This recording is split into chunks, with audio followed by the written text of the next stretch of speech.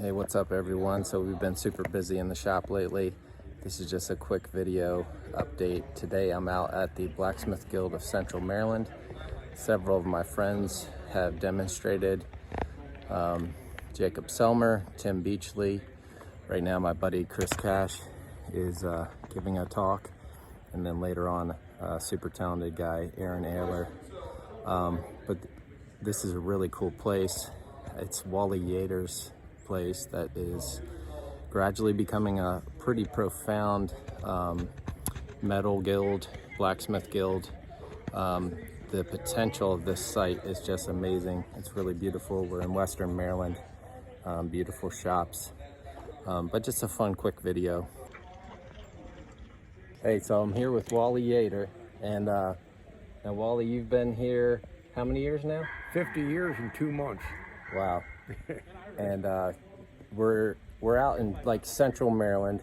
It's pretty hilly and mountainous, beautiful spot. And Wally has helped transform this property into the Blacksmith Guild of Blacksmith Guild of Western Maryland. In fact, it's already owned by that group. It's organized as 501c3 educational nonprofit. Right. And you've done everything. You wrote for the Abana a long time ago. Yeah, I don't know how many articles I've had in the Anvil's Ring, but goes back almost to the very beginning. Right. And you've traveled the world watching different blacksmiths, and you know. I haven't been able to watch that many blacksmiths, but I've been to Europe. I took six-week trips to Europe. Okay. And one month-long trip to Japan. Oh wow. And other than that, I've been to Canada a couple of times, but other than that, a few trips around in this country. I really haven't done that much traveling. Right. Now you're really known for your swedge blocks. They are like world famous almost. How'd you get into making those, and how were they made? Well, I wanted to get a swedge block, and I just couldn't find one available. So I made the patterns, and then Frederick Iron and Steel cast them up. Okay. And then all these guys wanted more of them. So I said, well, we'll make 20 more pairs, and they disappeared. Then we made more, and it kept going on for 17 years, and we ended up making about 2,000 of them. Yeah, well, what amazes me about your blocks is I've never seen any that weren't finished beautifully, and you did all that grinding and finishing, right? Yeah, we sold a few in the rough. Okay. But I'd say 90% of them were at least finished enough so you could, wouldn't pecker up your work with all sorts of roughness. Yep. And now you're well known for all your views on politics and the world, but it always impresses me that you've been such a big part of the blacksmith community and promoting blacksmith education. So as someone who's been a recipient of that, I just want to say thank you for all that you've done to promote blacksmithing. Gosh, I really appreciate that very much. Yeah, we appreciate what you've done, and what you've done with this property is just really fantastic, and I look forward to seeing other good things happen here. So, well, we're about one of almost 90 local blacksmith groups. There's half a dozen right around here. Right. Yep. Blacksmiths Guild of Central Maryland, Brand Museum and Foundation. There's a Chesapeake Blacksmiths at Kinder Farm Park. There's a Tuckahoe Blacksmiths on the Eastern Shore. Yep. There's a Blacksmith Guild of the Potomac down in the D.C. area. Yep. And I say they're concentrated in the East Coast, the West Coast, and the Upper Midwest is where most of them are. And I was doing found metal sculpture at the time, which I was basically getting old farm equipment together and welding it together into different sculptures. And the house I live in was fortunate enough to have a 20-space parking lot in front of it, and I would set up there every year to sell. And it became more and more popular throughout the years, and I incorporated forging work into those sculptures at the same time. I started heading over to the Blacksmiths Guild of Central Maryland, met that community over there, and was totally blown away by the camaraderie and the friendship. Much like a lot of you guys that are here today, you know, you come here for community and hang out with people. Got inspired by other blacksmiths, other metal workers. So I missed recording the first part of Chris's talk, but he was really talking a lot about community, and that's one of the things I've been passionate about trying to create in my work as well. Chris came to one of our hammer-ins that we have every year. We have another video on our hammer-in. Go check that out if you haven't. But community and people, building that into your work has always been something I've been very passionate about. At the hammer-in that he came to at my event, he saw me demonstrate a spike flower that I did, and then he took that and made a video called the Dragon's Twist, and that went viral around the world. And from his video, we saw artists in Japan, Germany, I mean literally around the globe remaking that for him, and all because, you know, of community. He stopped by my event, saw something, got inspired, rebranded it brilliantly into the Dragon's Tail Twist, and you know, that's just the fun of the craft. I regret that I didn't film the first part of his talk, because that's really what he was talking about. A lot of us are friends here in Maryland, but if you're not already seeking out other craftspeople or painters, whatever you're into, to build some community in your work, I can't encourage you to do that enough.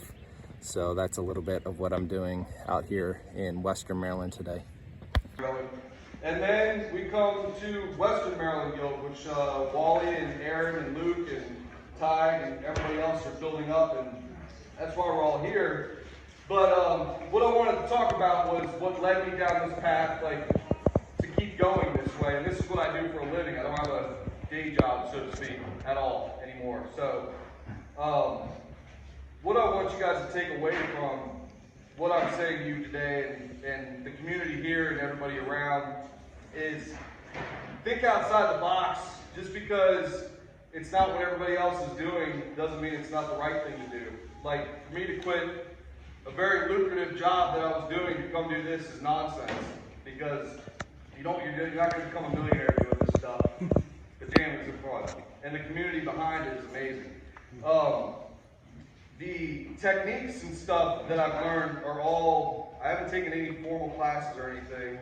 I just learned through different various friends and going to their shops and checking their stuff out. But bending steel and manipulating steel and coming up with different orientations and layouts and stuff is what's really fascinating to me. And I think a lot of people get stuck in these linear shapes, like there's one on the chalkboard right here, and they think that's the only way to go. But a lot of you guys know Aaron Aylor as the knife maker. Well, Aaron Aylor is not the knife maker. He makes beautiful wooden sculpture furniture and just beautiful furniture in general. He's an artist. And Erin led me down this path a lot too. But just coming up with different designs that are outside the norm is what I think everybody should kind of try and do.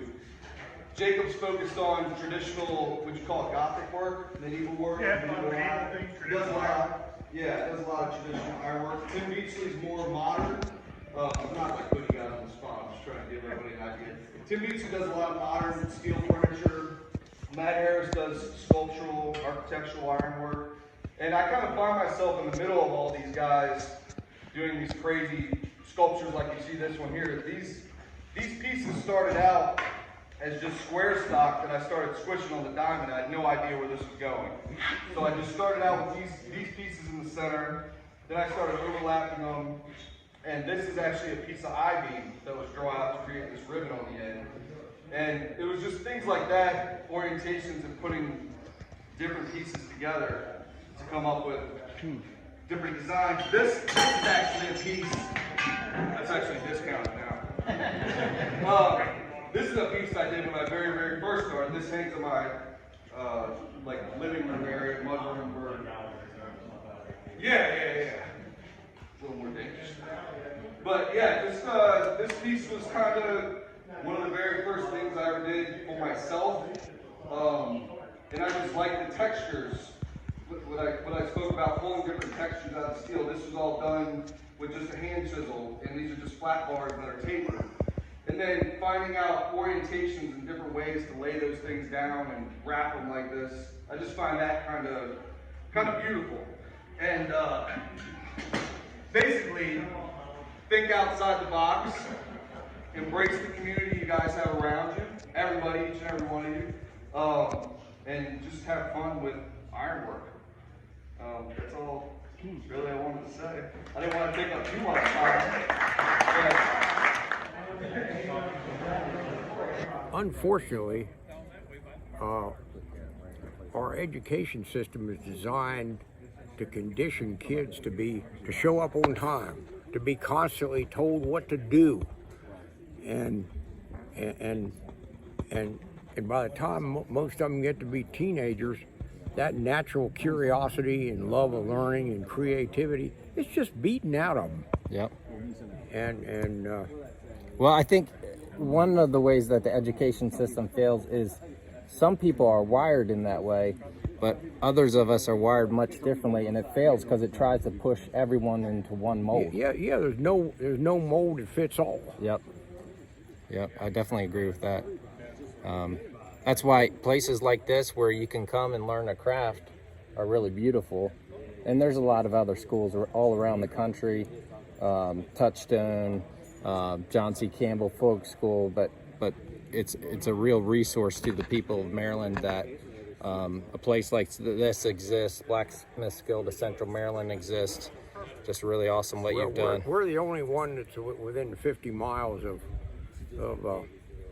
D.C. and Baltimore. Yep. Now there are day facilities like the Delplane Foundation in Frederick and Glen Echo. You know, they don't have any overnight facilities. Where we're featuring, we got a 12-site campground, because the day's coming when you're not going to be able to drive your car every time you want. You gotta stay on a job and a series of days to get something done, and get in the habit of, when if they went into the work day, read a book. Yep.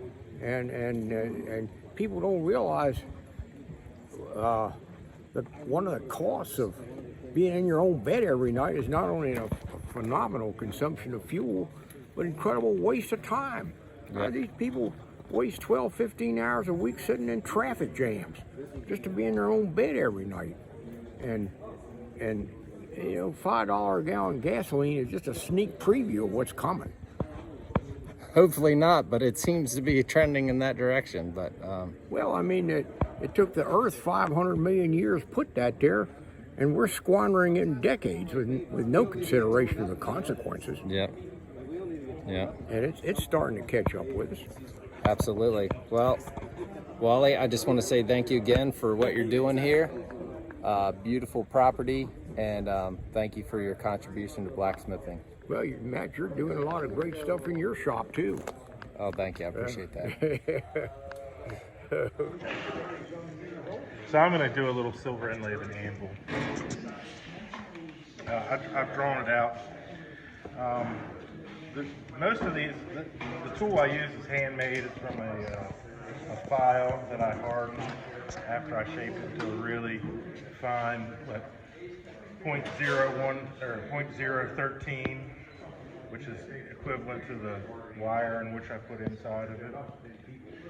And basically, I just chisel a channel all the way around what I've drawn, and then raise the grain of the wood with some water, and then follow this channel. So it's really not that exciting. It's pretty tedious, but it really achieves something that's fun to look at after the fact. What kind of wood you got here? There's a piece of curly maple, which is hard and it's really dry, and that's two of the things that really make this happen. So I usually start, since wood has a grain, and if I go with the long pieces first, 9 times out of 10 you're going to get some splitting or cracking. So I go across the grain first on all my lines, and then go to the length lines, if that makes sense. So if I go to the length line right here, that line will continue out. But if there's a stopping point for when it goes to it, it'll stop there as opposed to tearing past it. It doesn't really happen as much with really hard woods, but you softer woods, you do this too. It would definitely tear through. So, and I say it's a little time consuming, but enjoyable. You just make sure it's nice and clean.